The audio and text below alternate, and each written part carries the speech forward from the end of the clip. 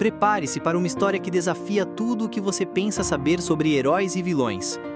Em um mundo em guerra, onde linhas eram borradas e a sobrevivência dependia da astúcia, um homem emergiu das sombras, não como um soldado treinado, mas como um mestre do engano. Ele vivia no limite, e parte de mim sabia que aquilo não ia acabar bem. Era previsível demais. Eu sempre quis mais, entende?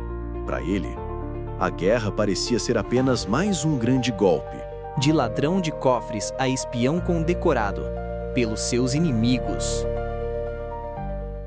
Nos livros de história, a Segunda Guerra Mundial é contada através de nomes como Churchill, Roosevelt, líderes que definiram nações. Mas, por trás desses gigantes existiram outros, figuras anônimas cujas ações, por mais improváveis que fossem, ajudaram a moldar o resultado do conflito. Esta é a história de um desses homens, Edward Arnold Chapman. Um homem que você provavelmente nunca ouviu, mas cuja vida de audácia e engano o transformou em um lendário agente duplo. Eddie Chapman nasceu em 1914, em Birmingham, no condado de Durham, Inglaterra. Aos 17 anos, numa tentativa de encontrar algum rumo, Chapman se alistou na Coldstream Guards, um dos mais antigos e respeitados regimentos do exército britânico. Chegou a guardar a Torre de Londres, mas a disciplina e a rotina militar não combinavam com seu espírito inquieto. Disciplina? Ordens? Aquilo era uma chatice sem fim. A vida militar era previsível demais. Eu sempre quis mais, entende? A emoção da coisa, o risco, isso sim me movia. Ficar parado nunca foi meu forte. Não demorou muito. 9 meses depois, durante uma licença de 6 dias, Ed desapareceu. Fugiu com uma garota que conheceu em Soho, o coração boêmio de Londres. Deixou para trás uniforme e obrigações. A aventura, como sempre, o chamou mais alto. O exército, claro, não gostou. 2 meses depois o encontraram. Resultado, 84 dias numa prisão militar e uma dispensa desonrosa. De volta à vida civil. Arranjou bicos como bartender, até mesmo como figurante em filmes. Mas Ed gostava de viver bem, e a grana curta nunca dava para os seus gostos caros, suas noitadas e suas apostas. O caminho para o crime foi quase natural. Soho era um parque de diversões.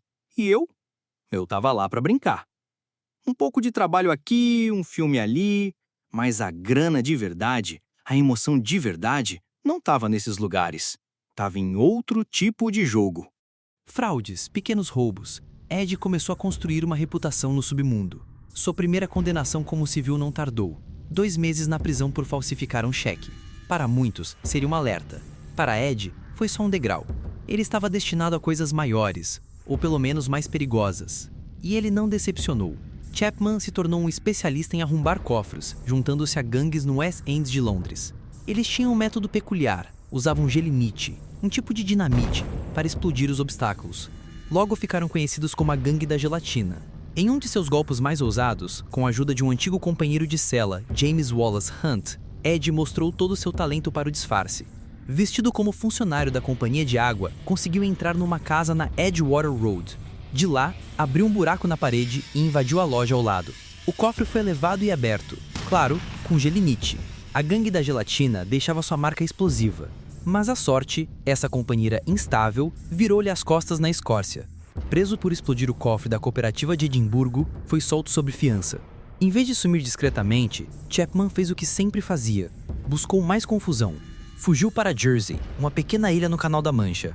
Mas levar uma vida pacata não estava nos seus planos. O perigo parecia farejá-lo. Jantando com Betty Farmer, sua futura noiva, no Hotel de la Plage, ele viu policiais à paisana se aproximando. Num piscar de olhos, Ed fez o impensável. Saltou pela janela fechada do restaurante. Uma fuga cinematográfica. Na mesma noite, como se para provar que nada o detinha, cometeu outro roubo, mas dessa vez a sorte não o acompanhou. Foi preso e condenado a 2 anos de prisão em Jersey. Mal sabia ele que essa má sorte o colocaria no centro de um jogo muito maior. Ed era magnético. Perigoso, sim, mas tinha um jeito que te puxava. Ele vivia no limite, e parte de mim sabia que aquilo não ia acabar bem. Mas era difícil não se deixar levar pela intensidade dele. Ele tinha essa energia, essa certeza de que ia conseguir o que queria, não importava como. Era 1940. Enquanto Chapman cumpria sua pena, o mundo pegava fogo. As tropas de Hitler avançavam pela Europa, e as ilhas do Canal, incluindo Jersey, foram invadidas pelos alemães. A prisão, que antes parecia um infortúnio, agora o colocava numa posição única e perigosíssima. Isolado, mas no olho do furacão da ocupação nazista. Foi na prisão de Jersey que Ed Chapman, o criminoso, começou a ver uma oportunidade onde outros viam apenas desespero. Ele e outro prisioneiro, Anthony Terrence, fizeram um pacto ousado. Escreveram uma carta em alemão oferecendo seus serviços aos ocupantes. Foram transferidos para o Ford Romoville, na França, agora um campo de trânsito para a inteligência alemã. Ali, cercado por inimigos, Ed não demonstrou medo. Pelo contrário, com uma confiança desconcertante, ele se apresentou aos alemães e disse que queria ser um espião para o Terceiro Reich. Este Chapman, um criminoso inglês, sim, mas com uma audácia notável. Ele não parecia ter medo de nada, nem de ninguém. Para ele, a guerra parecia ser apenas mais um grande golpe. Um homem assim, sem lealdades aparentes, poderia ser útil. Os alemães, liderados por von Groening, chefe da Abwehr, viram potencial naquele inglês atrevido. Chapman não era um soldado treinado, mas possuía uma inteligência afiada, nervos de aço e, acima de tudo, uma total falta de escrúpulos aparentes. Ele foi treinado em tudo: saltos de paraquedas, comunicação por rádio, sabotagem com explosivos reais. Não mais a Gelignit dos seus tempos de gangue. Recebeu um codinome: Fritzen, ou simplesmente Fritz. A noite de 16 de dezembro de 1942 marcou sua primeira missão. A bordo de um bombardeiro Focke-Wulf, Ed foi lançado sobre a Inglaterra. Sua tarefa: sabotar a fábrica de aeronaves de Havilland, em Hatfield, um alvo crucial para o esforço de guerra britânico. Equipado com uma pistola, uma cápsula de cianeto para o caso de captura, um rádio e 1000 libras, o sucesso da missão dependia dele. Mas, fiel ao seu estilo, o desembarque foi caótico.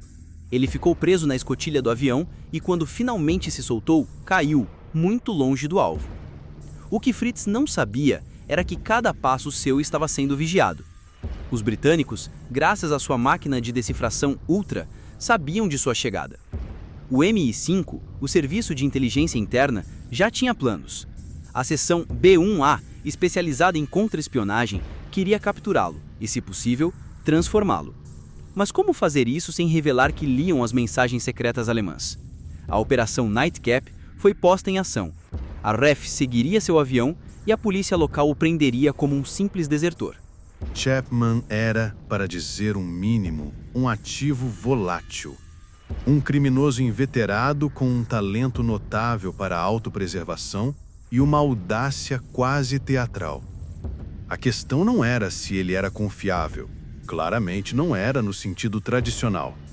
A questão era: ele poderia ser útil? E a resposta, apesar dos riscos, parecia ser um cauteloso sim. Ele gostava do perigo, nós poderíamos lhe dar perigo. Mas Chapman, sempre um passo à frente, ou talvez apenas seguindo seus próprios instintos de sobrevivência, surpreendeu a todos.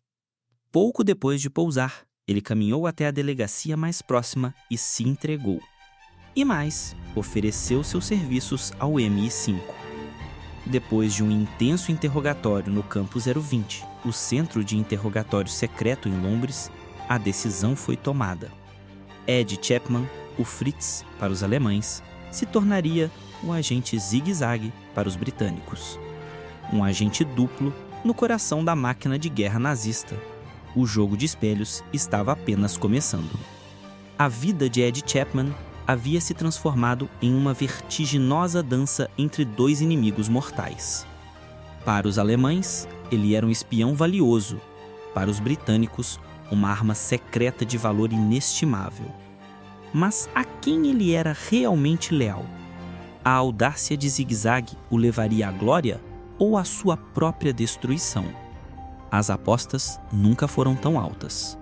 O que aconteceu a seguir mudaria não apenas a vida de Chapman, mas também de maneiras sutis e secretas, o próprio curso da guerra. E aí, estão gostando dessa história do agente Zig-Zag? Não percam a segunda parte dessa emocionante história da vida real. Nos vemos lá! A história está sempre em movimento e nós estamos aqui para contá-la.